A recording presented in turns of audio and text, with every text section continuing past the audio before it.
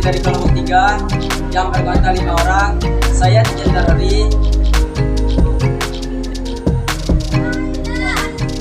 Saya Rapi Nugra. Dan saya Muhammad Denis. Saya Susan. Ibrahim. Saya Susan. 2, 3. Sekian perkenalan dari kami. Di sini kami akan menyampaikan tema yang berjudul Suara Demokrasi. Yang pertama, arti demokrasi, pengertian demokrasi, karakteristik demokrasi, nilai-nilai demokrasi, dan pelaksanaan demokrasi di Indonesia. Yang pertama, arti demokrasi. Secara etimologi, demokrasi berasal dari kata demos dan kratos. Demos artinya kekuasaan dan kratos artinya rakyat. Jadi, arti demokrasi adalah kekuasaan rakyat. Pengertian demokrasi menurut empat para ahli. Kartini Kartono. Menurut Kartini Kartono, demokrasi adalah kekuasaan rakyat berbentuk pemerintah dengan semua tingkatan rakyat ikut mengambil alih bagian dalam pemerintahan.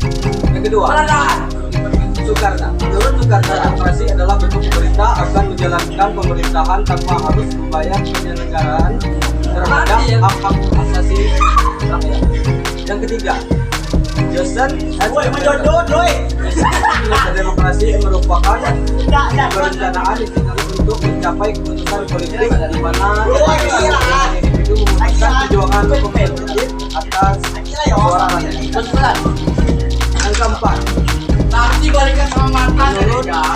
menurut Sejauh,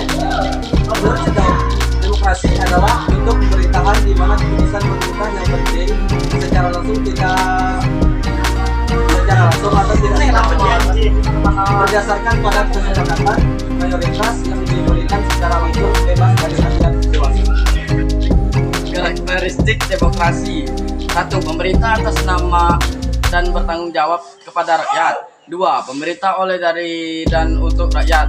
3. Tidak ada hak prerogatif individu, dalam arti tidak ada individu yang memiliki hak yang lebih utama tinggi dibandingkan individu lainnya. 4.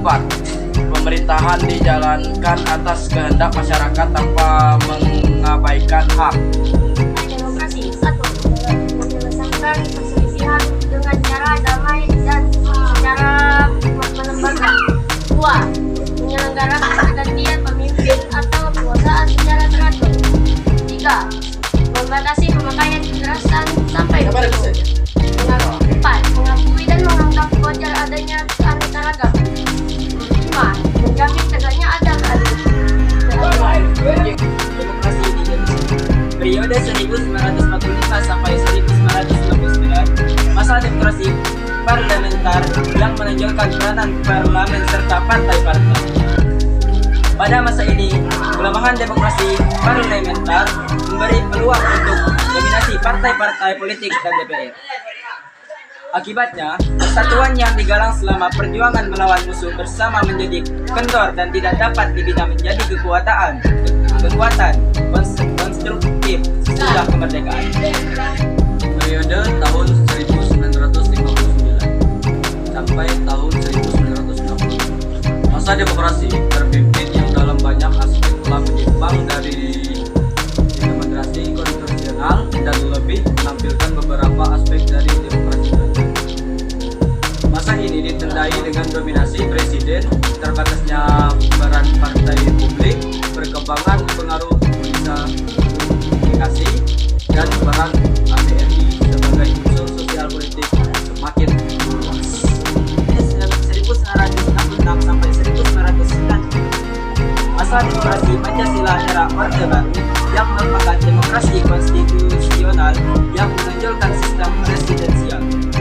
Landasan formal periode ini adalah Pancasila, Undang-Undang Dasar 1945 dan ketetapan MPRS atau MPR dalam rangka untuk meluruskan kembali penyelewengan terhadap Undang-Undang Dasar 1945 yang terjadi di masa demokrasi terpimpin. 3. Namun, dalam perkembangannya, peran presiden semakin dominan terhadap lembaga-lembaga negara yang lain. Pada tahun 1999, masa demokrasi Pancasila era informasi dengan berakar pada kekuatan multi partai yang berusaha mengembalikan perimbangan kekuatan antar lembaga negara, antar institusi, legislatif dan yudikatif. Pada masa ini, peran partai publik kembali menonjol, sehingga iklim demokrasi memperoleh napas baru.